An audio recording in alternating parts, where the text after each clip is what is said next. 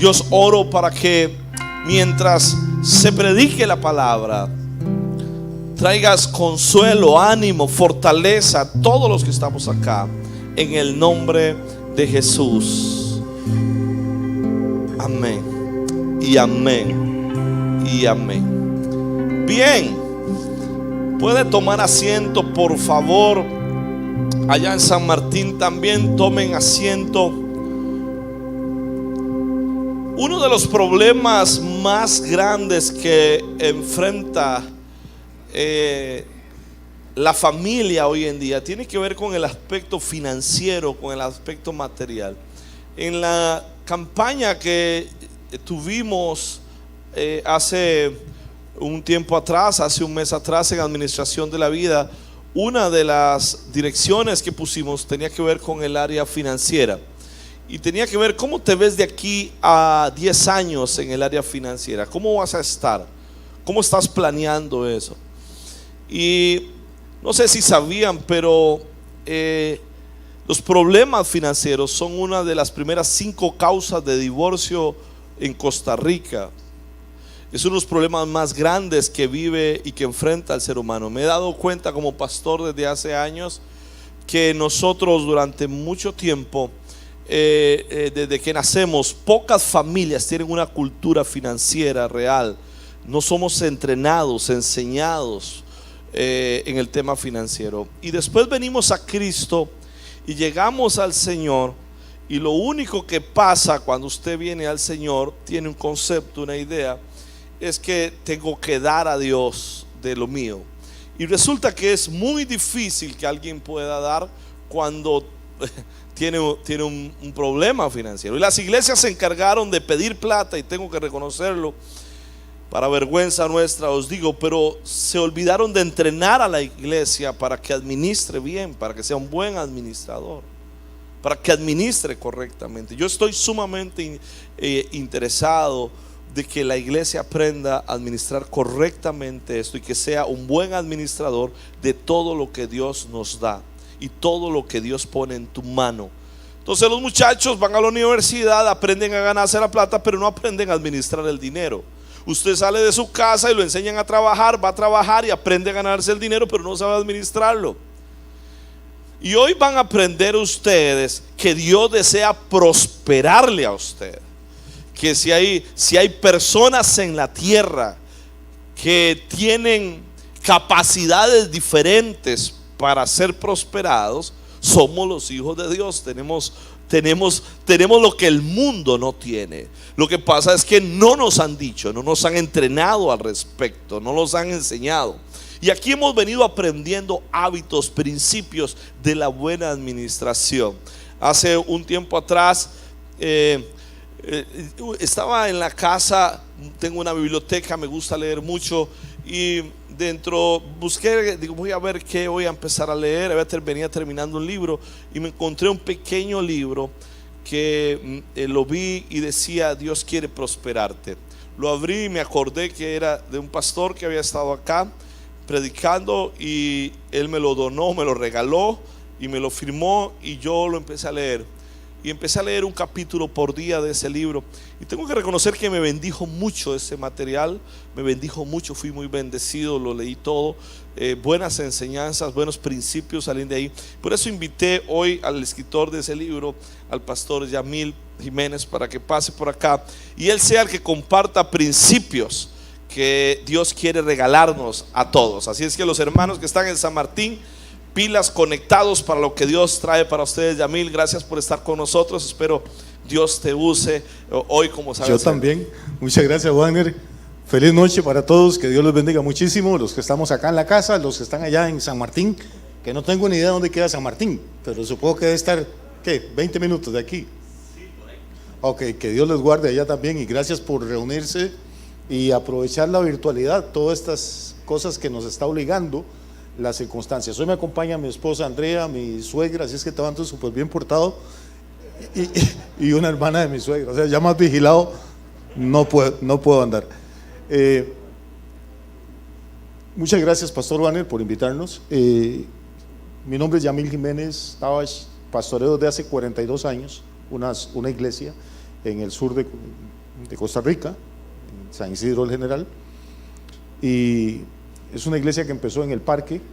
Yo empecé predicando en el parque un mes de julio, que es pleno invierno y allá llueve a cántaros, y es una iglesia que empezó sin ninguna posibilidad humana de sobrevivir, porque empezamos en el parque. Los primeros estudios bíblicos los dimos en el cementerio del pueblo.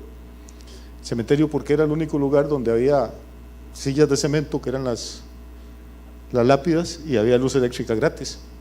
Y no teníamos un 5, no teníamos un peso, no teníamos ninguna organización que nos respaldara, solo una palabra de Dios. Han pasado 42 años y Dios nos ha bendecido extraordinariamente. Ahorita tenemos iglesias en Foz do Iguazú, en Brasil, tenemos 11 iglesias, estamos terminando el templo número 12 en Chile, estamos en Barranquilla, en Cali tenemos 2 iglesias, tenemos varias en Panamá. El mes pasado estábamos en Estados Unidos, tenemos 10 iglesias funcionando allá en distintos estados, y nunca hemos recibido $1 de nadie. Dios nos ha permitido sembrar y bendecir a otra gente. Éramos tan pobres, pero tan pobres, que la gente del pueblo de San Isidro le decía a las personas: no vayan a esa iglesia porque esa es la iglesia de los marihuanos. Porque la gente que se le convierte a uno en el parque, es difícil que el gerente del banco pare el carro y se ponga a escucharlo a uno. Es otro loquito que está ahí. La única persona en la iglesia que tenía algún vehículo tenía una motocicleta de 80 centímetros cúbicos. Todos los demás éramos peatones. Y lo más extraño del caso es que, bueno, yo había tenido la oportunidad de empezar mis estudios en la Universidad de Costa Rica, no logré terminarlos porque me casé muy joven, y luego estudié administración de empresas y me contrató el Banco Nacional para trabajar con ellos. Cuando yo tenía 21 años, tenía casi que ya una carrera en administración bancaria por delante. Renuncié a eso porque Dios me llamó a predicar el Evangelio. Y en vez de prosperar y ganar más plata, lo que hice fue llegar a una situación terrible en que había ocasiones en que duraba 6 meses sin siquiera poder pagar la renta de mi casa. De ver a mi hijo mayor llorando, porque una vez en la clase, en su sección del colegio, había que llevar una cuota de 2 colones, no recuerdo para qué, y a él se le olvidó pedírmelas, y cuando llegó todos los compañeritos llevaban los 2 colones y él no, y el profesor le dijo: oiga, Med, pero ¿cómo es posible que con lo que su papá se roba en la iglesia no le puede dar 2 colones a usted? Y cuando llegó a la casa, llegó llorando. Era un adolescente, pero llegó llorando, humillado delante de sus amigas y sus compañeritos. Y yo sinceramente me bajé de la cruz y dígame quién fue el profesor y yo ya voy para el colegio y le parto la cara en el nombre del Señor y después yo me arrepiento. Yo soy así más o menos de espiritual. Pues conmigo que se metan, pero con mis hijos que no me los toquen porque van a tener problemas. Bueno, el tema es para que tengan una idea de dónde vengo. Y en medio de todo durante 15 años vivimos una pobreza extrema, de la iglesia, todo. Y llegó un momento en que yo dije: Dios, esto no puede ser así. A mí me habían enseñado que para ser santo hay que ser pobre, que hay que desconfiar de las iglesias prósperas y de los pastores prósperos, porque normalmente son ladrones que se roban el dinero, y lamentablemente hay algunos casos que sí es así. Pero tuve que volverme a sentar a estudiar la Biblia después de 15 años de predicarla, y a raíz de eso escribí unas notas. Eran 31 estudios bíblicos para dárselos a la gente de mi congregación. Y alguien los leyó y dijo: no, pero eso está bueno, ¿por qué no escribe un libro? Yo, ¿qué iba a haber escrito yo libros de nada en mi vida? Y cuando escribí ese libro, lo escribí a máquina, con una máquina de escribir, pues ni siquiera tenía un computador. Y si ustedes los nuevos no saben lo que es escribir a máquina, pero usted va a terminar una página y se escribe y se equivoca una letra y perdió toda la página, no le puede dar borrar. Y bueno, el libro salió y la primera pagamos a hacer 1000. La primera edición tenía una fotografía de un fajo de billetes de 5,000 colones, que eran los más grandes en aquella época, y era una portada fea, horrible, poco profesional, pero el fajito de 5,000 colones llamaba la atención. Lo que la gente no sabe es que el único billete verdadero era el de arriba. Lo que había abajo eran papel periódico recortado de tamaño de billetes para que pareciera un fajo, porque ¿de dónde íbamos a sacar nosotros un fajo de 50 billetes de 5,000 colones? Ese era el nivel. Y sin embargo, cuando el libro salió, Faro del Caribe me llamaron y compraron 5,000 de una vez. Y empezó a venderse, el libro se tradujo al inglés, se tradujo al portugués, está agotado en todas las traducciones. Y tenemos testimonios de gente en muchísimos lugares de lo que Dios ha hecho, pero no es a través del libro, es que el libro realmente es como pura palabra casi. Y no le voy a contar los testimonios de otros, le estoy contando lo que Dios hizo con nosotros. Yo no sé cuál es su situación económica aquí o allá los que están en San Martín, no tengo idea porque no los conozco, puede que estén, que no sepan qué hacer con la plata y tengan que sacarla a solear para que no les salgan hongos. O puede que estén como vivimos la mayoría de nosotros, raspando la olla, que mes a mes, esperando que llegue el fin de mes para ver si lo estiramos hasta el próximo día de pago. Yo no sé cuál es, pero cualquiera que sea su situación, sí, yo sé algo, Dios quiere prosperarnos. El plan de Dios nunca fue la miseria para sus hijos. Esto es un invento religioso, lo inventó la Iglesia Católica y lo adoptó la Iglesia Evangélica. Y por eso la mayoría de pastores e iglesias evangélicas son gente pobre. Cuando uno llega a un pueblo, nunca pregunte cuál es la iglesia evangélica, dé vueltas y el cuchitril más feo que vea, ahí deben congregarse los hijos del Dios viviente. Las esposas de los pobres mal vestidos, de los pastores, los hijos de los pastores poniéndose las tenis que dejaron los hijos de otros hermanos cuando crecieron. La mayoría de hijos de pastores no quieren ser pastores, es algo extraño. Los hijos de los abogados quieren ser abogados, los hijos de los médicos quieren ser médicos, los hijos de los pastores quieren ser mundanos.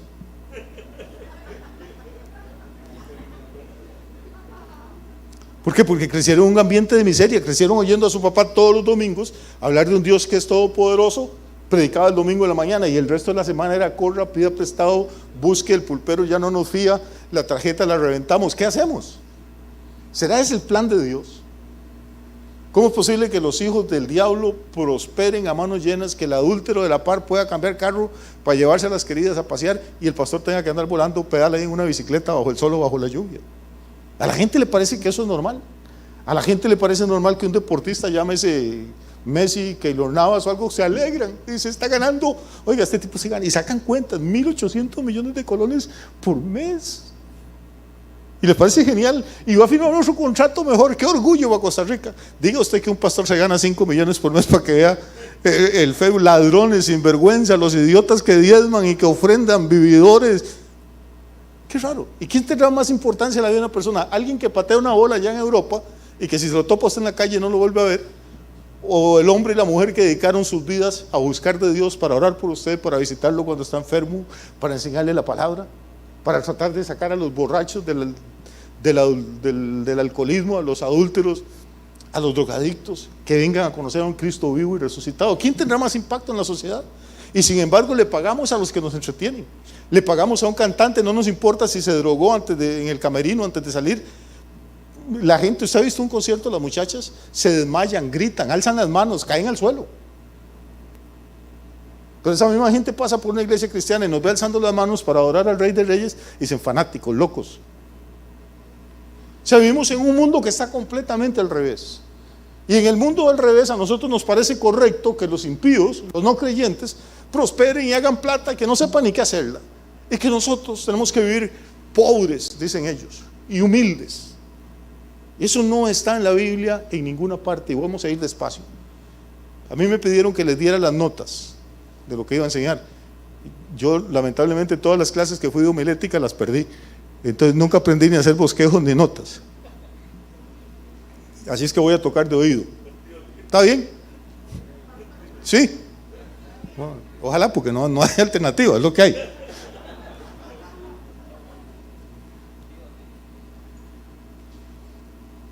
Vivimos en un mundo que está controlado por el enemigo, y entonces el sistema de valores está completamente al revés. La iglesia más rica que hay, que es la iglesia católica, apostólica y romana, se declara ser la iglesia de los pobres.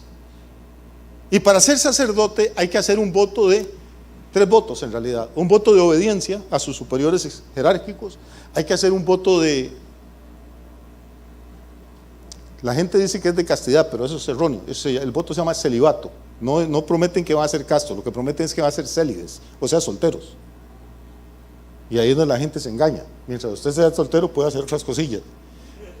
Y la tercera cosa es que hacen un voto de pobreza.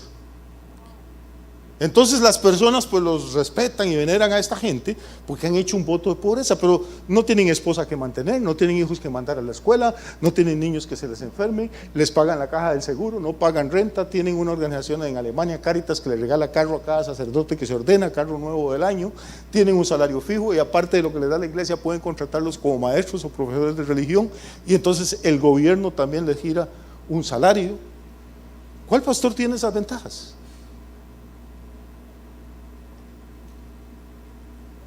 Ninguno. Más bien, si uno compra carro nuevo, tiene que tener cuidado porque hasta dentro de la iglesia, hermanito, le está yendo bien al hermano. Yo creo que esto de los diezmos deja. No viera cómo deja, hermano. Anímese, renuncie al trabajo y métase a hacer esto. Yo le consigo unas 50 sillas prestadas y empiece una iglesia en la cochera de su casa. Viera cómo deja.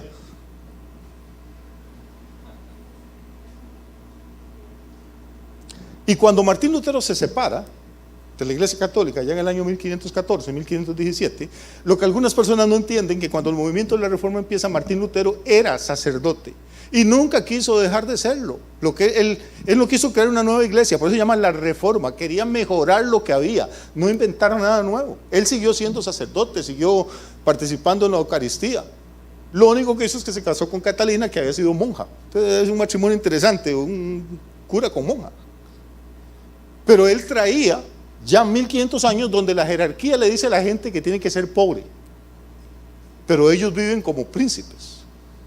De hecho, cuando hay un obispo, no, nadie dice la casa del obispo, se llama el palacio episcopal, ¿o no? ¿Cuándo oye usted hablar del palacio pastoral? No, a nosotros nos parece que todos los demás digan que su casa es un palacio, que estén en carro, que vivan bien, pero que nosotros, los hijos y las hijas de Dios, tenemos que vivir agarrándolas del rabo, porque Jesús dijo: aprendan de mí que soy manso y humilde. Nunca he oído a la gente decir: viera que busque al hermano Juan o la hermana Petra, ellos viven en una casita muy humilde.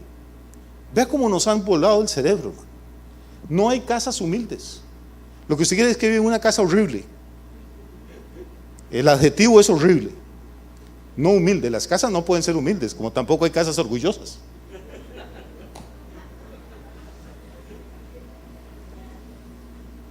Pero nosotros ya lo damos por sentado.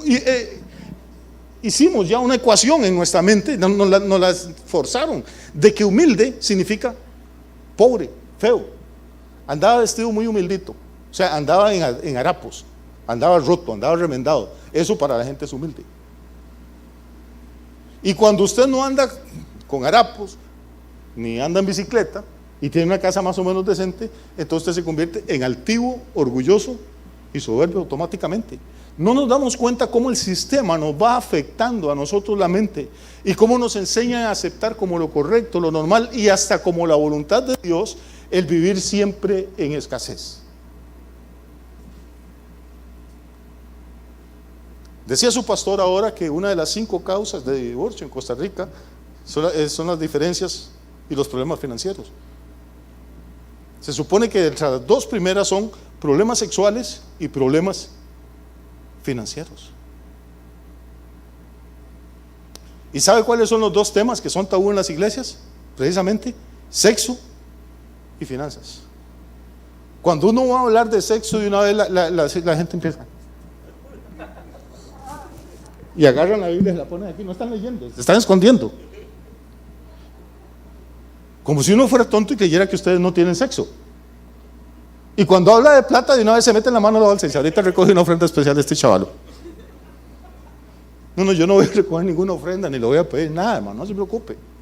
Es que la Biblia dice que el pueblo de Dios perece por falta de conocimiento, no los impíos. El Señor dice: mi pueblo perece, no los impíos, mi pueblo, por falta de conocimiento. Y si no tenemos conocimiento en el área sexual y no tenemos conocimiento en el área financiera, pues estamos fregados en los 2 frentes en los que somos más vulnerables, y ahí es donde el enemigo nos está atacando constantemente. ¿Estamos de acuerdo? Ok, voy a tomar un traguito de agua y vamos a empezar entonces. ¿Creen ustedes que el dinero es importante o no? Se sorprendería si le digo que la Biblia habla más de dinero que del cielo. Se sorprendería usted si le digo que en la Biblia hay mucho más versículos que hablan de finanzas, de fincas, de casas y de posesiones y negocios que del infierno. Se sorprendería si le digo que de cada 5 versículos que hay en la Biblia, uno tiene que ver con posesiones materiales, o sea, el 20% de todas las escrituras. Pero las iglesias no están interesadas en eso, no están interesados en echar fuera demonios sin que la unción y la nube y zapateo y te expulso.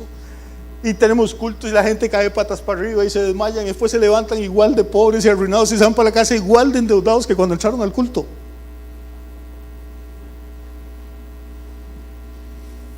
Allá por el siglo XIX había un señor alemán que vivía en Londres, don Carlos Marx. Vivía en Londres y él dijo una frase que, bueno, ni siquiera es de él, pero él fue el que la popularizó. Dijo: la religión es el opio del pueblo. Y con esa frase cambió el mundo. Cambió el mundo porque hubo una revolución bolchevique en Rusia y en Rusia pasó a China. Y algo que empezó en 1917, el comunismo en Rusia, ya en 1980, o sea, en menos de 65 años, habían conquistado los países más grandes de la tierra: China, Rusia, tenían a Cuba en América Latina, tenían guerrillas en toda América, tenían países conquistados en África, tenían países conquistados en Asia, en Europa, Polonia, Rumanía, Bulgaria, Albania. En 65 años.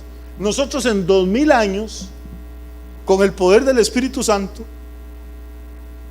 ¿cuál país tenemos conquistado? Estos eran ateos, en 65 años conquistaron la tercera parte del mundo. Los musulmanes empezaron 630 años después que nosotros. Hoy hay 1100 millones de musulmanes en este planeta. ¿Usted cree que los musulmanes creen algo en la pobreza? Los musulmanes no diezman, hermano, dan el 15% de sus ingresos. Y tengan en cuenta que entre ese 15% hay jeques que producen 100 millones de dólares al día solo en petróleo. Y no paran de crecer, no paran de montar universidades, escuelas. En Inglaterra tuvieron que pasar leyes impidiéndoles comprar más propiedades porque no llegan a comprar una casa, compran una cuadra. Nosotros pedimos oración, ayuno en la iglesia para ver si calificamos para el bono de vivienda. Y cuando nos dan la casita nos parece que eso es un milagro, pero algo extraordinario. Porque estamos acostumbrados a pensar en pobre, a pensar en pequeño, a pensar en escasez. Por eso, si queremos entrar al nivel que Dios quiere que entremos, tenemos que aprender a pensar en términos bíblicos, en un Dios de abundancia, en un Dios que nos da las cosas en abundancia. Si Dios hubiera hecho una flor en este planeta, una, hermano, la gente haría excursiones al continente donde estuviera esa flor para verlo, porque una flor es una maravilla de ingeniería. No sé si usted sabe, las flores, aparte de los colores que usted tiene líneas de colores ultravioleta, infrarrojo, que no vemos nosotros, pero las ven las abejas, las ven los colibríes y las guían como pistas en un campo de aterrizaje hacia donde está el néctar, donde está el polen. Tienen aroma, es una cosa impresionante, la textura, la estructura, la geometría de una flor. Pero Dios no hizo una, hizo trillones. Si Dios hubiera hecho un árbol es una maravilla. La savia del árbol sube desde la raíz hasta la copa, desafía la ley de la gravedad, porque la ley de la gravedad dice que más bien tendría que ir para abajo, pero va por arriba. Un árbol sería algo extraordinario, pero Dios no hizo uno, hay que capeárselos. Dios todo lo hace en abundancia. Ahora hay gente que cuando usted habla de este tema dice: pastor, que eso no es espiritual. A mí lo que me gusta es lo de la sangre de Cristo, lo de que el diablo está pisado, y eso me encanta. Y la profecía pasa, eso es fantástico. Y le preguntan a uno. Hay gente que sabe, hermano, qué número de zapatos va a calzar el anticristo. ¿No? Y usted da una charla de eso y las iglesias evangélicas quedan vacías y todo el mundo va a ir al loquito ese enseñando eso. Saben el menú que se va a servir en la cena de bodas del Cordero. Pero si usted dice: vamos a dar una charla sobre administración financiera, la gente dice: ¿para qué? Todo eso se queda aquí en la tierra, uno se va con Cristo y ahorita suena la corneta y que se lo deje todo eso. Sí, pero hermano, y mientras suena la corneta, ¿quién paga la hipoteca? Por Dios, ¿quién paga el colegio de sus hijos? ¿Quién paga los medicamentos? ¿Usted cree que el dinero no es importante? Bueno, por eso el dinero se escapa de usted. ¿Qué pasa si yo termino la reunión de esta noche y le digo: uy, hermano, se me había olvidado, vine con mi esposa y me olvidó presentarle, pero como ella no es importante, ¿usted sabe qué cree que me pasa en el hotel? No le va a durar a usted mucho ninguna mujer si usted dice, aquí la traje, pero no es muy importante. Este es mi hijo, pero es un carajillo, la verdad es que no es tan importante, no le des pelota. ¿Cómo se siente el muchacho? Bueno, la gente dice, no, para mí Cristo y la salvación, el dinero, lo material no es importante, pastor. ¿Cómo cree que se siente lo material? Por eso se le aleja a usted, hermano, como los animalitos al vir en el bosque. ¿A quién quiere impresionar usted diciendo que lo material no es importante? ¿Para qué jugar de religioso? La persona que dice eso, una de dos, es porque tiene mucha plata o porque es irresponsable. ¿Cómo no va a ser importante lo material? Explíquele al banco cuando usted tiene 3 meses de no pagarle la cuota, explíquele que para qué se preocupa, eso no es importante. Ahorita viene Cristo, porque ya está en muchas casas. Vaya, dígale a la cooperativa. Vaya al supermercado, llene el carrito, dígale a la cajera, ay, usted muchacha, con todo lo que ha recogido y se preocupa por más plata. ¿Para qué tanto? Vaya, explíqueles. Explíquele al gobierno con los impuestos, explíquele al ICE que lo material no es importante, explíquele a acueductos alcantarillados. Por Dios, ¿en qué piensa la gente? No, hermano, estoy hablando de todo esto, necesitaríamos una semana por lo menos para empezar a tocar los puntos. Repito, ni siquiera estoy predicando ni enseñando, lo que quiero es nada más que reflexionemos y salgamos de esta noche por lo menos motivados de aquí. Motivados a pensar, que no es muy común, no crea. Warner dijo algo muy importante y muy cierto, una mente es como un paracaídas, solo funciona cuando está abierto. Todos tenemos el paracaídas, pero a veces nos tiramos del avión y nadie nos enseñó a abrirlo. La Biblia dice que somos reyes y sacerdotes, no dice reyes o sacerdotes, sino reyes y sacerdotes. A la iglesia la enseñaron a ser el pueblo sacerdotal. Somos excelentes alabando, somos excelentes ayunando, bueno, a veces ni eso, pero somos excelentes orando. De eso nos encanta hablar. Esa es la parte sacerdotal. Pero ¿cuándo nos enseñaron a ser reyes? A ser personas que tienen autoridad sobre otras personas. A no ser el conserje de la escuela, sino ser el director. A no ser el guarda de la fábrica, sino ser el gerente. ¿Cuál iglesia se preocupa por enseñar eso a sus miembros? ¿Están ya molestos conmigo? Bueno, si no lo estoy haciendo bien, si usted no se enoja es que no lo estoy haciendo bien. ¿Por qué decía Carlos Marx que la religión es el opio de los pueblos? Porque en esa época era la revolución industrial y todo el mundo se movía a base de vapor, y para generar vapor había que consumir millones de toneladas de carbón. En Inglaterra tenía unas minas de carbón extraordinarias, ahí a 180, 200 metros bajo el suelo, ahí sean pozos y luego túneles, ahí metían caballos a jalar los vagones y una vez que el caballito entraba ahí no salía nunca más, ahí moría reventado 5 o 6 años después. Ahí entraban los mineros y morían a los 28, 30 años con los pulmones destrozados por el polvo del carbón. Se morían en las explosiones por los depósitos de gas que había. Se morían por los derrumbes que caían encima. Mientras ellos estaban ahí en el corazón de la tierra escarbando, arriba caían aquellas nevadas terribles. Y cada mes o mes y medio les daban permiso a los mineros de que subieran. Y subían. Aquel frío terrible, y antes de ir a la casa miserable donde vivían, había niños de 8, 10 años trabajando 10, 12 horas diarias en las minas. No había tantos bares como hay en nuestros países, sino que en esa época la moda era el opio. Se traía opio de la India, que era una colonia inglesa, y entonces en todos los pueblitos había varios fumaderos de opio, y era legal. De hecho, no solo era legal, la corona inglesa lo promovía.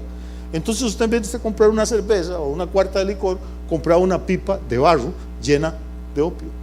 Y el opio es un alucinógeno, o sea, no es como la marihuana, que el opio te hace ver cosas, te hace soñar. La gente se sentaba en el suelo, se fumaba su pipa de opio y ahí quedaban dormidos. Y mientras dormían, ellos soñaban que no eran mineros, soñaban que eran los dueños de la mina. Soñaban que no vivían en un tugurio, sino que vivían en un palacio extraordinario. Soñaban que no tenían frío, sino que estaban en un salón con una fogata enorme. Entonces, durante una hora esa gente era inmensamente feliz. ¿Cuál era el problema? Que se pasaba el efecto y tenían que ir ahora a la casita de ellos de verdad, con el piso de tierra, con un chancho adentro, con las gallinas ahí, con endijas por todo lado, el viento y la nieve cayendo, la mujer enferma, tosiendo, los hijos con hambre. Y entonces Carlos Marx lo que dijo: la religión es el opio del pueblo. La gente entra a misa o entra a un culto y durante 40 minutos les hablan del cielo y el anticristo y las calles de oro, y esa gente está en un éxtasis, pero luego salen y tienen que enfrentarse con su realidad.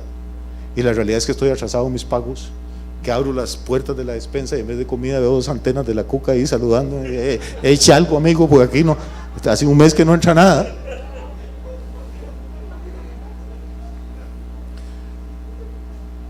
La realidad es que el hijo está creciendo, gracias a Dios, más rápido de lo que yo esperaba, pero ahora los benditos zapatos no le quedan, o el chiquito crece y los zapatos se encogen, pero algo pasa, pero nunca rinde.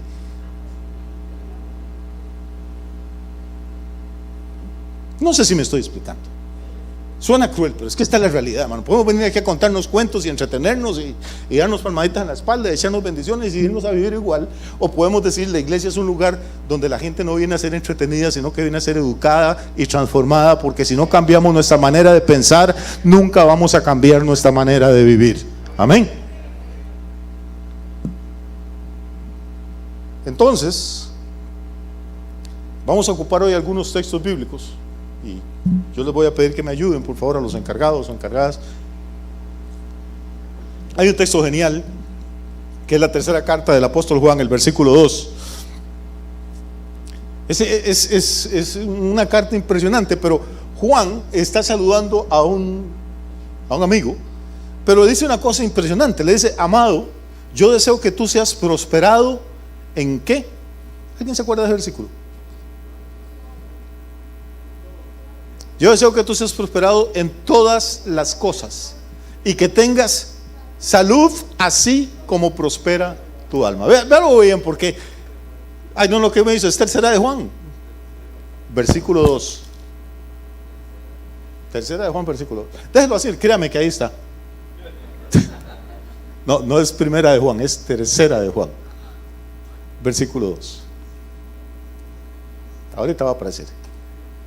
Voy a repetírselo otra vez. Dice: amado, yo deseo que tú seas prosperado en todas las cosas. ¿Tendrá que ver eso con finanzas? ¿Tendrá que ver con la familia? ¿Tendrá que ver con salud? ¿Tendrá que ver cómo queremos estar dentro de 10 años? Claro que sí.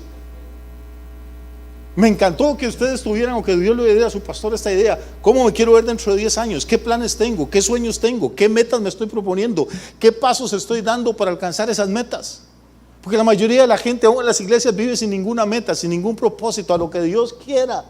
Y amigos, si usted no sabe para dónde va, cualquier bus le sirve. Por eso a veces la vida cristiana se vuelve como andar en el desierto. Cada 4 años los mismos problemas, las mismas luchas. El mismo hermano que molestaba, se fue ese, pero viene otro que molesta exactamente igual. Ya no sabemos todas las canciones. Ya uno como pastor, imagínese, después de 42 años predicándole a la misma iglesia, ya uno no sabe, se le acaba la Biblia, si sacar el libro Mormón, la perla de gran precio, el Corán.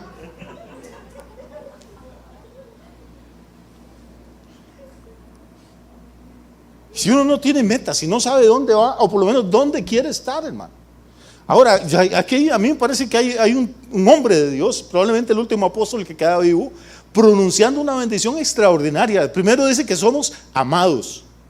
Amados, yo deseo que tú seas prosperado en todas las cosas y que tengas salud. Hombre, ¿para qué hago yo con tener 10 kilos de filete en el congelador si tengo un cáncer gástrico y no me lo puedo comer? O sea, la prosperidad no es solo prosperidad económica. Hay gente que tiene montones de millones, hermano, y cambiarían sus millones por un día como el de nosotros, que podemos salir, estar con la familia, ir a comer, aunque sea un sirope, se toma uno en la soda, y un tostel y habla con los hermanos. Y ellos no pueden. Entonces, hay un bienestar integral, hay una bendición integral. Prosperado, está hablando financieramente, en todas las cosas, que tengas salud. Y aquí hay un truco. Y por favor póngame atención aquí en San Martín, porque esto es importante. Hay un truco que es donde mucha gente se resbala. Es una palabrita miserable, chiquitita, insignificante, pero es la que cambia todo. Es una palabrita de 3 letras. Es la palabra que se empieza con A, termina con I y lleva una S en medio. ¿Adivinaron? No. Dice: amado, yo deseo que tú seas prosperado en todas las cosas y que tengas salud así como prospera tu alma. Y la palabra clave es así. Todo lo demás es importante, pero la clave es así. Porque ¿qué quiere decir así? Así quiere decir de igual modo, quiere decir de la misma manera. Entonces, oiga qué interesante lo que nos está diciendo Juan a través del Espíritu. Dice que Dios quiere que seamos prosperados en todas las cosas y que tengamos salud de la misma manera que prospera ¿quién? Nuestra alma. Quiere decir, hay gente que quiere tener cuentas bancarias de este tamaño y un alma que hasta queda lástima de anemia y raquítica. Voy a prosperar en el área financiera de la misma manera que prospera mi alma. Cuando uno habla de prosperidad, hay gente que usted les ve el brillo en los ojos y yo quiero. Una vez estaba predicando en Colombia, llegó un peladito, ¿cómo sé? 18, 19, me dice, pastor, ¿qué palabra? Yo nunca había oído eso. Yo quiero que Dios me dé eso que usted tiene, pastor, póngame las manos encima. Y lo que tenía ganas de poner era el puño encima. Digo, por Dios, unos 30 y pico de años predicando, las que ha pasado, las que ha sufrido, los libros que ha tenido que sacarse, las veces que ha tenido que leer la Biblia, las noches que amaneció en vigilias, las lágrimas, y viene un mocoso de estos con 8 días de convertido. Qué fácil.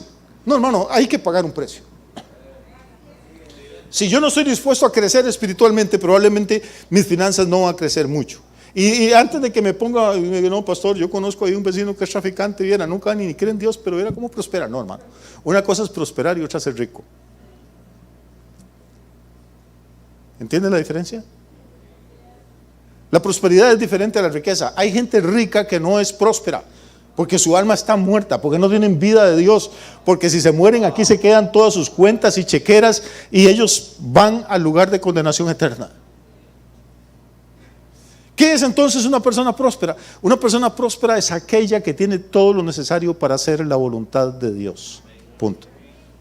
Que si Dios lo llamó a usted que se fuera misionero al África, ¿qué hace Dios con usted si lo llama ahorita? Y le dice, ¿qué tal si usted llega a la casa esta noche y Dios le dice, hijo, lo quiero predicando en Somalia, lo voy a usar poderosamente? Y usted dice, ok, Dios, encantado. Y no tengo plata ni para el bus mañana para San José. ¿Y dónde quiere que me voy para Somalia? Nadando. Es más, no sé ni dónde queda Somalia, no tengo ni para comprar el mapa. ¿Y con qué pago los pasajes de la mujer y de los 3 chiquitos? ¿Y la casa quién la cancela? Entonces, aunque Dios nos hablara, no estamos en disposición de obedecerle de una vez. ¿Por qué? Porque no somos prósperos. Próspero soy yo cuando tengo todo lo que necesito para hacer la voluntad de Dios. Para algunos eso significará tener 50,000 pesos del banco, para otros necesitarán tener 50 millones. Depende de lo que Dios quiere que usted vaya a hacer. ¿Me estoy explicando, amados? ¿Sí? A veces, y la Biblia dice, no tengas envidia del impío, que de pronto lo ves que florece y multiplica sus cosas, porque el fin de él será terrible. Una cosa es la riqueza y otra es la prosperidad. Dios no necesariamente quiere que usted sea rico, pero estoy seguro que quiere que usted sea próspero. ¿De dónde salen, hermano, los equipos de sonido? ¿De dónde salen los templos? La gente dice que los pastores se roban los diezmos. Pues por Dios.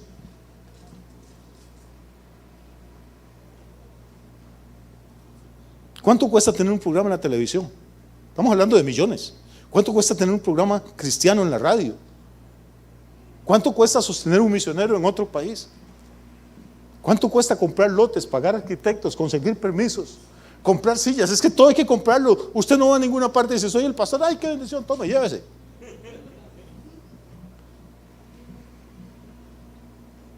Nosotros no tenemos mentalidad del reino. ¿Se acuerda lo que le hablé de reyes y sacerdotes? Somos mejores como sacerdotes que como reyes. Pero Dios quiere que seamos las dos cosas. Que si usted prospera, igual siga orando, igual siga siendo la mujer que clamaba, la mujer que ayunaba, la persona fiel a congregarse. Que no deje ahora que sus negocios y sus posesiones se conviertan en un estorbo para su fidelidad a Dios, sino que más bien sea más fiel que antes. Yo tengo una historia de la hermana Paquita, se la voy a contar. Usted empieza a hablar de esto. Normalmente yo no voy a iglesias, me toca enseñar en seminarios de pastores o cosas así. Y cuando usted habla de esto, usted ve la cara de algunos pastores. Y después lo llama a uno y le dice, pastor, eso no es así como usted. Yo tenía en la iglesia una hermana Paquita. ¿Qué hermana, pastor? 20 años con nosotros en la iglesia. Llegó a los 50 años y se convirtió a Cristo. Es una mujer de ayuno, de oración, limpiaba el templo, siempre llegaba temprano, Biblia en mano. Mira qué hermana. Hermano, y se le muere la mamá. y le da un montón de plata a Paquita y la perdimos, pastor. 20 años está en la iglesia, la perdimos. Ahora anda con tacones de 10 pulgadas, anda con minifalda, pastor. Ahí amanece en las discotecas. La prosperidad la mató. ¿Y qué me toca decir? No, hermano, usted está equivocado, la prosperidad no la mató. Paquita era una vieja sinvergüenza desde que estaba en la iglesia. Lo que pasa es que no tenía plata, el único lugar donde podía pasar y no le cobraban era la iglesia. Apenas tuvo plata, hizo lo que realmente tenía en su corazón. El dinero no cambia a nadie, eso es mentira. El dinero lo que hace es revelar lo que hay en nuestro corazón. El que tiene un corazón para Dios, hermano, en las malas le sirve y en las buenas le sirve con más gana. Si no entendemos esto, no hemos entendido nada. La plata no es importante, dicen. Bueno, déjenme explicarle un par de cositas. Libro de Génesis. No lo busque, ahí está. Caín mata a Abel. ¿Por qué lo mata? Lo mata por un asunto de ofrendas. El primer homicidio o fratricidio que hubo en este planeta fue por un asunto de ofrendas. Vea qué raro. ¿A quién le llevaban las ofrendas Caín y Abel? Porque no había templo, no había pastor, no había que pagar alquiler de nada, no había que comprar equipos de sonido, no se ocupaban sillas. ¿Por qué ofrendaban? El primer acto de adoración en la Biblia no es cantar, no es Adán predicando un sermón. Es gente ofrendando a Dios de la bendición que Dios les ha dado. Y mueren. El primer ser humano que muere en este planeta muere por causa de las ofrendas, porque daba excelentes ofrendas. El primer israelita que muere en la tierra prometida se llama Acán. Muere él, su esposa y toda su familia. ¿Sabe por qué mueren? Por causa de que tomaron cosas, oro y ropa que Dios había reservado para él. El primer apóstol de los 12 que Jesús elige y muere, ¿sabe por qué muere? Muere porque robaba de las ofrendas. El primer matrimonio que muere en la iglesia después de Pentecostés se llaman Ananías y Zafira. ¿Sabe por qué se mueren? Porque mintieron con respecto a las ofrendas. Entonces el dinero no es importante para Dios, ¿verdad?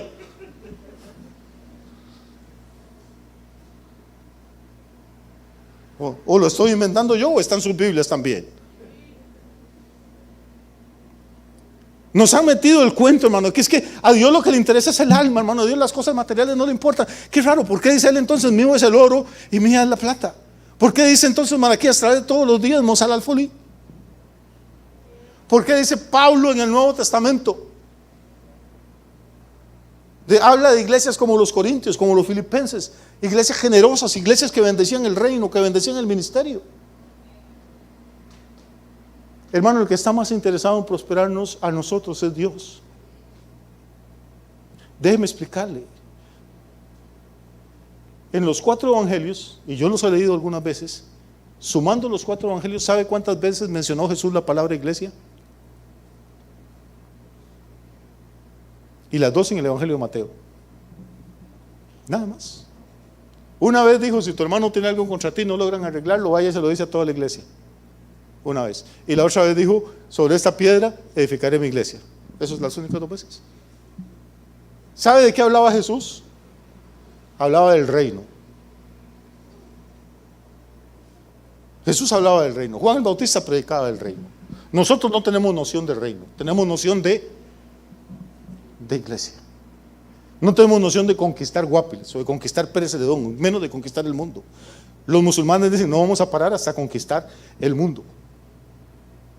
Gaddafi, el que fue presidente de Libia, Gaddafi decía, nosotros no necesitamos ni siquiera bombas atómicas, con el vientre de nuestras mujeres vamos a conquistar el mundo. Nuestras mujeres van a parir hijos hasta que los mandemos a todos los países de ustedes y llenemos todas las ciudades de ustedes y controlemos la legislatura y controlemos las asambleas legislativas y logremos cambiar las leyes y vamos a poner la Sharia, la ley del Islam. Ellos tienen mentalidad del reino. Los mormones tienen mentalidad del reino.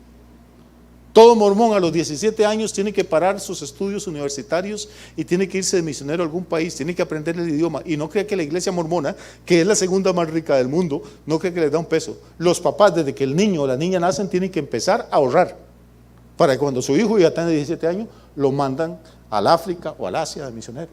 Aparte de eso, el mormón cree que el diezmar es para la salvación. Aparte de sus diezmos, tiene que guardar para 2 años de la misión de su hijo. Vaya a una iglesia evangélica y dígale, bueno, ese niño que ahora tiene 3 o 4 años, cuando cumpla 17 se lo mandamos para el África. Ay, mi chiquito, no, Dios le dice, ¿quién le va a dar de comer? ¿Y quién le va a hacer colochos en la noche? Pastor, y la ropita, ¿quién se la plancha? No tenemos mentalidad de reino, hermano. Nos enseñaron a hacer otra cosa. Nos enseñaron a hacer otra cosa. Pero yo creo que antes de que Cristo venga vamos a hacer una visitación sobrenatural del poder de Dios sobre la iglesia. Y hermanos, si la iglesia va a ser cambiada es porque Dios tiene que empezar por cambiarnos la manera de pensar a cada uno.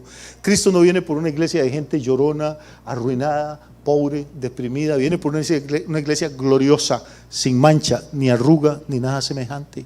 Pero los pastores se enfocaron nada más en las manchas y las arrugas. Y convertimos la iglesia en una lavandería. Pero para que las manchas y las arrugas sean quitadas, no ocupamos más sermones, ocupamos más gloria. Primero la gloria, viene por una iglesia gloriosa, sin mancha ni arruga. Amén. Y cuando uno ve cómo viven muchas iglesias, cómo viven muchos pastores, angustiados, endeudados, deprimidos, contristados, uno no ve la gloria por ninguna parte. El mundo todavía no puede ser juzgado. Aunque todo el mundo se para en el púlpito a gritar, ya viene Cristo, ya viene, podemos gritar todo lo que quiera, no va a venir porque gritemos. Cuando Él venga no va a venir a salvar el mundo. Eso fue la primera venida. La segunda es para juzgar.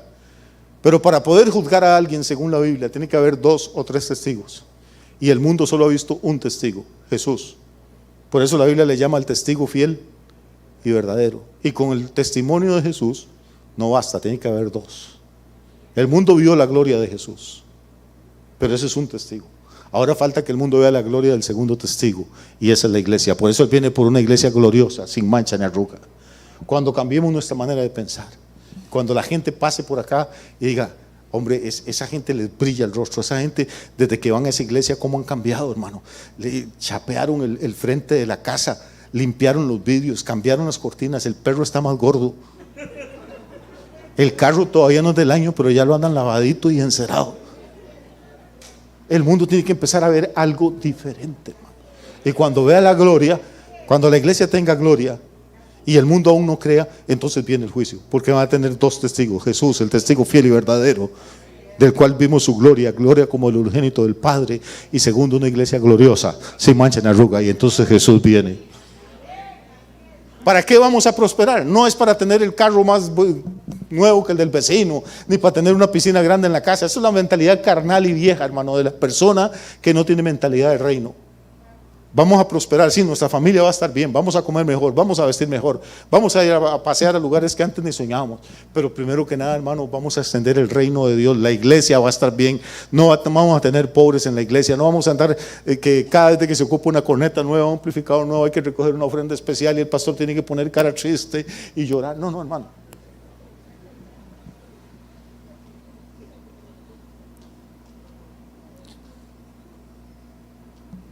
Me quedan unos minutos, no sé cómo estamos de tiempo. Sin ningún problema, si me dicen que ya, y sí. Es por la restricción, el tema es que hay que regresarse temprano. Ok. Perfecto, gracias, eso es lo que quería saber. Una vez en México pregunté que hasta qué hora podía predicar. Me dijeron, pastor, usted predique todo, dele, hasta donde Dios le dé fuerza. Nosotros nos vamos a las 9. Pues yo lo que quería saber es, yo iba sacando pecho cada vez que me decían, dale, hágale. Ay, nosotros vamos a las 9, ok. Entonces lo que quiero saber es a qué hora se van ustedes.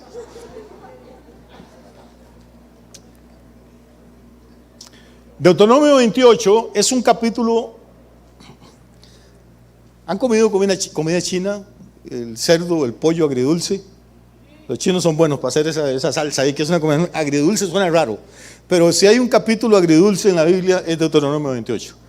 Tiene la lista de bendiciones más impresionantes que uno se puede imaginar.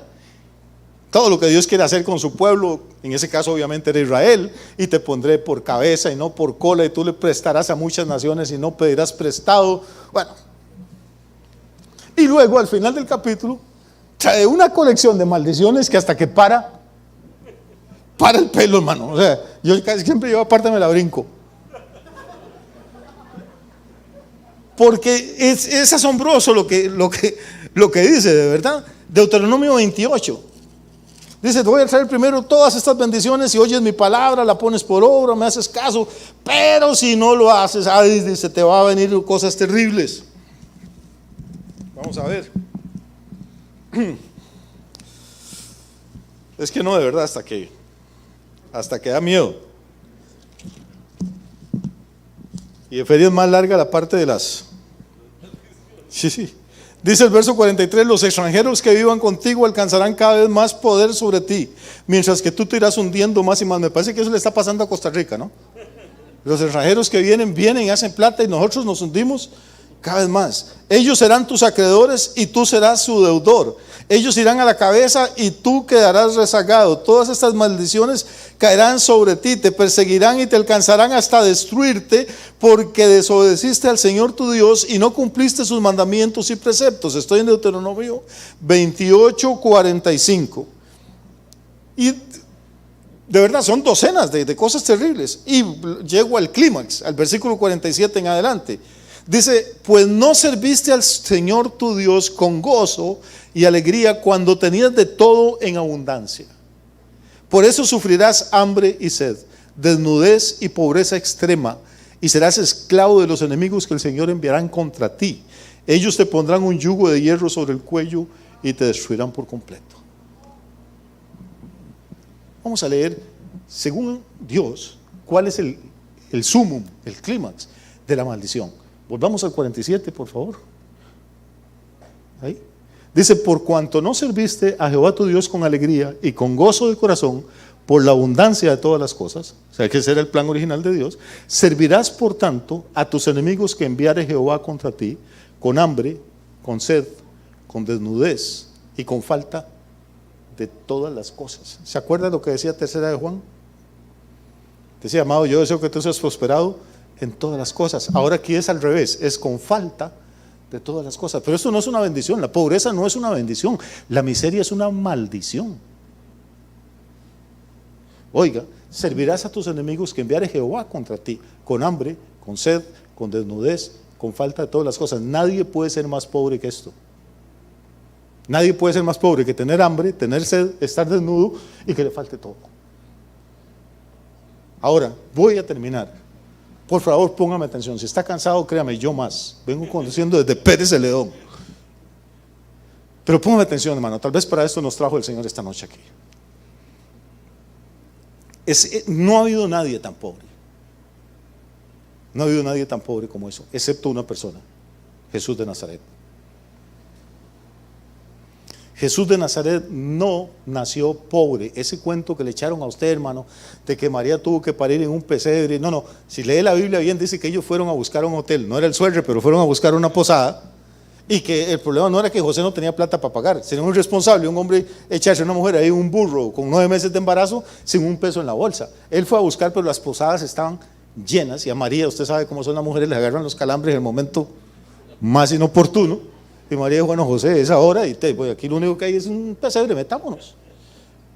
Y cuando a mí me contaban de niño esa historia, pues yo casi lloraba, hermano, pobrecito Jesús, y la gente lo pone así, dramático. Y María llevaba unas mantillitas en el bolso y le sacó y la puso, pero hacía tanto frío, llegó un buey y una mula y le echaban bajo al niño para calentarlo, pero la mula se comió las mantillas.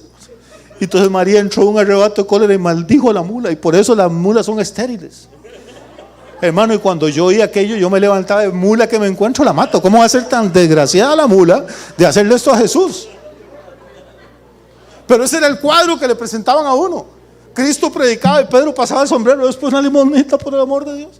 Hermano, eso no es lo que la Biblia dice. La Biblia dice que Jesús tenía un ministerio donde había 83 personas casados con hijos y todos comían y vivían. Fíjense, Jesús es uno, 12 apóstoles, son 13 y tenía 70 evangelistas que los mandaba de 2 en 2. ¿Cuál iglesia evangélica conoce usted hoy día que pueda pagar 83 ministros? Si casi todo lo que hacemos en la iglesia es voluntario, los que limpian, los que tocan, y gracias a Dios por esos hermanos, porque si nos cobraran tenemos que cerrar. Jesús tenía 83, tenía tanta plata que tuvo que nombrar un tesorero, un administrador. Usted no nombra un tesorero si no hay un tesoro. Y el tesorero era un ladrón y le robaba de los fondos. Ahora, cuando usted tiene una empresa que mantiene 83 empleados, el administrador le roba y todavía le queda plata para darle a los pobres, créame que su empresa está bien. Cuando a Jesús lo crucifican, hermano, iba con una túnica tan lujosa que los soldados romanos no quisieron romperla, sino que se la jugaron a los dados. Tenemos que ir cambiando. Un tipo que le da de comer a 5,000 personas de una sola vez y hace que sobre comida, ¿usted cree que es pobre? ¿De dónde sacamos ese cuento nosotros? Hagamos un trato, llévenos a cenar a todos los que estamos aquí hoy a su casa, para que vea lo que le pasa. Yo como que caen las zompopas, hermano, ahí no queda nada. Casi estoy seguro que ninguno de ustedes, ni de los otros, en este momento tendría la capacidad en la refrigeradora o en la alacena para ir a tener comida para todos. Jesús le da de comer a 5,000 como si fuera cualquier cosa, y lo hizo varias veces, y sobraba. Un tipo que dice a Pedro, vaya, tire el anzuelo ahí al río, va a sacar un pez, el primero que saca, dale el pico, y ahí va a encontrar una moneda, me la trae, por favor. Eso es pobre. Ese es el cuento que nos han vendido, hermano, para meternos la mentalidad que debemos seguir siendo pobres. Jesús, dice Pablo, por amor a nosotros, siendo rico, se hizo pobre. Siendo rico, se hizo pobre. ¿Para qué? Para que nosotros en su pobreza fuéramos enriquecidos, no para que siguiéramos siendo arruinados. ¿Cuándo se hizo pobre Jesús? En la cruz. En la cruz Jesús tenía horas de no comer. La última cena la había tenido con sus discípulos el día anterior. En la cruz gritó, tengo sed. En la cruz estaba desnudo, no con ese taparrabo que lo pintan ahí. ¿Qué dice Deuteronomio 28? Servirás a tus enemigos que enviare Jehová contra ti con hambre, con sed, con desnudez y con falta de todas las cosas. El creador del universo estaba clavado ahí a un madero, y esa cruz, él había creado los árboles, pero la cruz le pertenecía al Imperio Romano. Él había creado los minerales con los que hicieron los clavos, pero esos clavos le pertenecían al Imperio Romano. Le faltaban todas las cosas. Tenía hambre, tenía sed, estaba desnudo. Esa maldición terrible que se resume en Deuteronomio 28 cayó toda sobre Jesús en la cruz. Y la buena noticia es que cuando usted llega a la carta del apóstol Pablo a los Gálatas, el capítulo 3, versículos 13, 14 en adelante, Pablo dice algo extraordinario. Dice, Cristo nos redimió de la maldición de la ley. La ley es terrible, vea lo que dice la ley. ¿Sabe cómo termina el Antiguo Testamento? ¿Sabe cuál es la última palabra del Antiguo Testamento? Es maldición. Así cierra el Antiguo Testamento. Vaya a su casa en cualquier versión que tenga la Biblia, busque Malaquías, busque la última palabra y va a ver que la palabra es maldición. Pero llega Pablo en Gálatas 3 y nos dice, Cristo nos redimió de la maldición de la ley, hecho por nosotros maldición. La gente no predica esto. Cristo fue hecho maldición en la cruz. Y Pablo explica ahí, dice, porque maldito es todo aquel que es colgado de un madero. Pregúntele a un evangélico, a un hermano, a un buen hermano, a una buena hermana, hermano, ¿por qué murió Cristo? Y la respuesta es, el 99% de las veces le va a decir, para limpiarnos de nuestros pecados. Y esa es la mitad del evangelio. Es la que nos han predicado siempre, y es la que nos ha mantenido pobres. Porque sí, Cristo murió para limpiarnos de nuestros pecados, pero Pablo también dice que Cristo nos redimió de la maldición de la ley, hecho por nosotros maldición. No solo murió para que vayamos al cielo, murió para que podamos vivir un poco mejor aquí en la tierra también. ¿Qué es lo que dice el Padre nuestro? Dice, venga a nosotros tú. ¿Para qué somos buenas las iglesias? Para mandar gente para el reino. Si lo único que Dios quisiera es perdonar gente y llenar el cielo, hermano, nos mandaría a predicar con una Biblia y una Colt 45, una Smith & Wesson. Y entonces yo digo, allá atrás, ¿quién quiere aceptar a Cristo? Usted, hermana, levante la manita así, Dios la bendiga, pónse ahí, pum.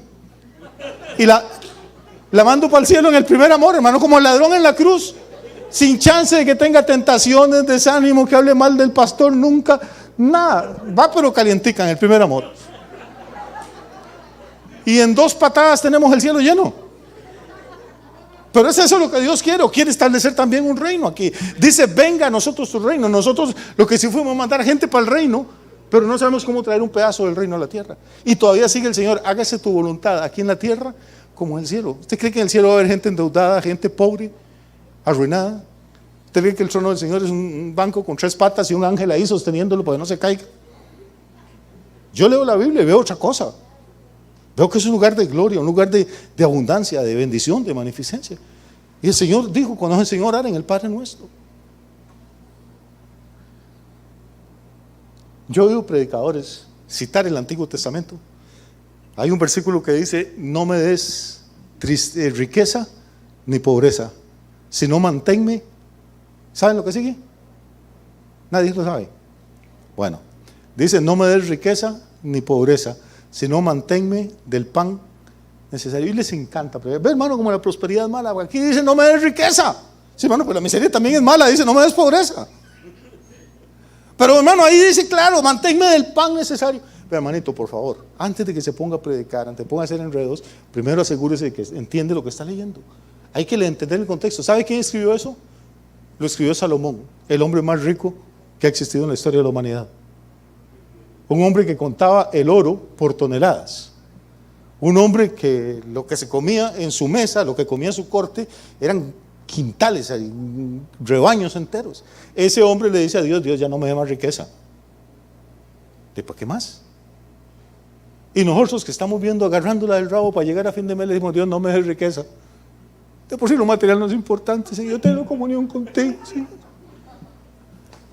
Hombre, y la riqueza oye eso, dice: no, yo voy donde me llamen, voy donde me valoren. ¿Qué quiere decir Pablo cuando dice que Cristo se hizo maldición por nosotros? Vamos a ver una cosa.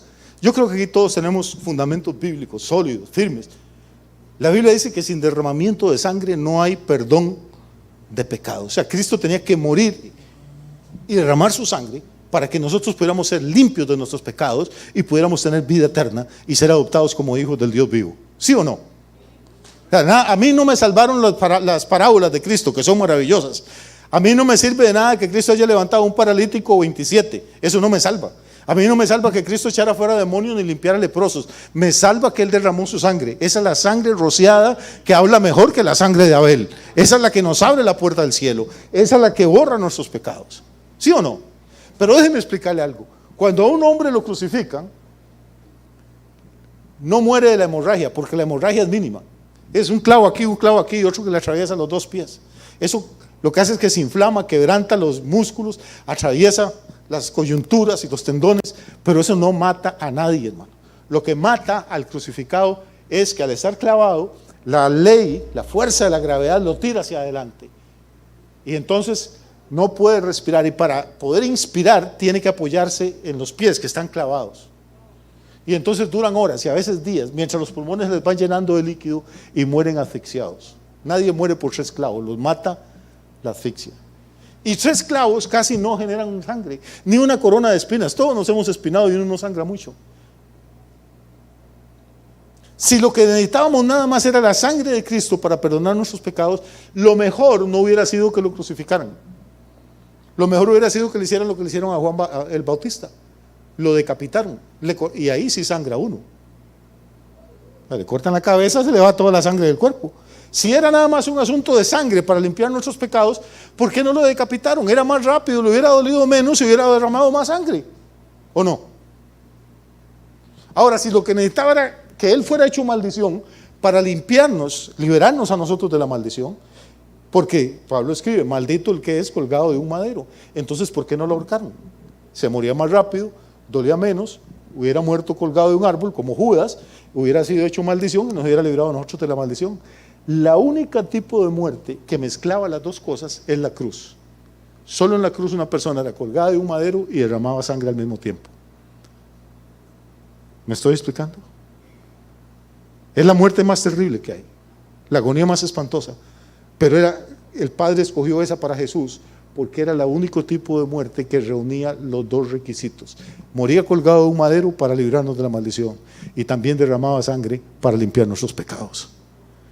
Si solo le enseñamos a la gente cómo ir al cielo, está bien, se van a morir y van a ir al cielo, pero esa es la mitad del evangelio.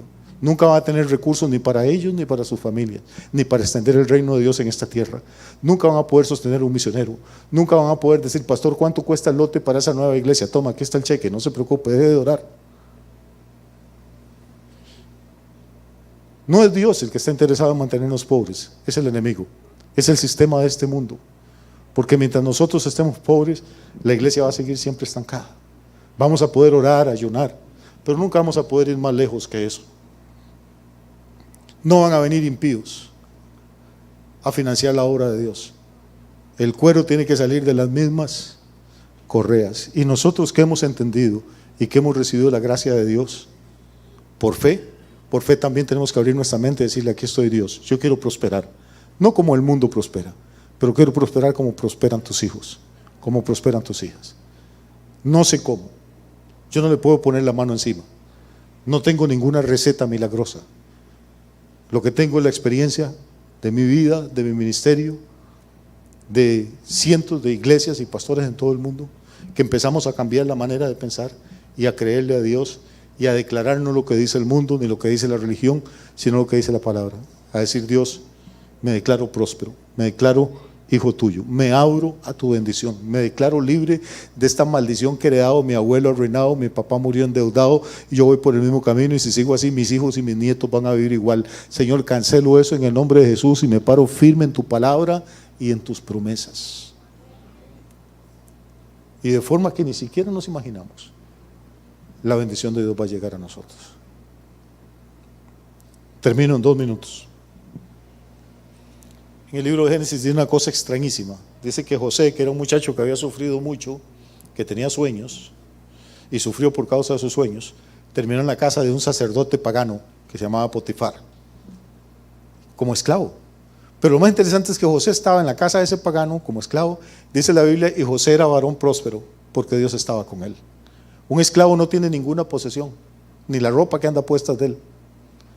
José no tenía un peso en la bolsa, pero la Biblia dice que él era un varón próspero porque Dios estaba con él. No sé cuál es su condición esta noche, usted aquí o los que están allá en San Martín. Tal vez están peor que como yo estaba cuando empecé. Pero si usted está con Cristo, usted es un varón próspero, usted es una mujer próspera. Y tarde o temprano, si usted cree esa palabra y se mantiene fiel a Dios, Dios sacó a José de esclavo a virregente en Egipto.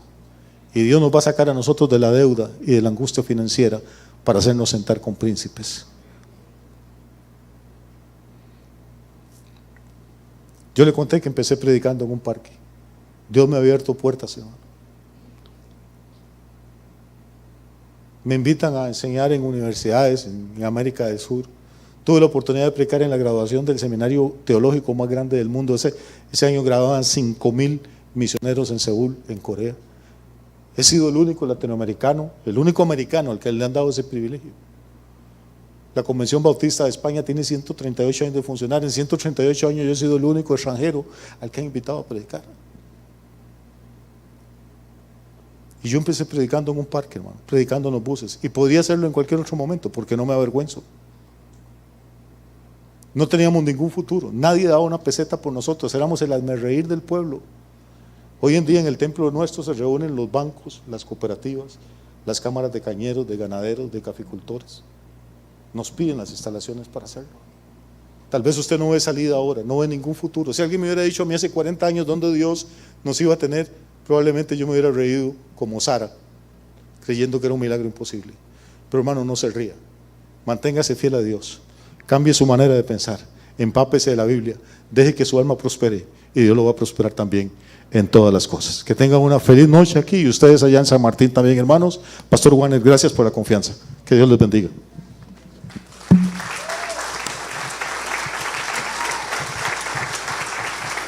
Amén. Amén. ¿Se llevó algo para su casa ya? Dios quiere prosperarnos. Dios quiere prosperarnos. Y usted puede saber eso. Dios quiere prosperarte. Estoy feliz. Gracias, Pastor Yamil, por compartirnos esta palabra. Espero que los hermanos de San Martín también hayan sido altamente bendecidos.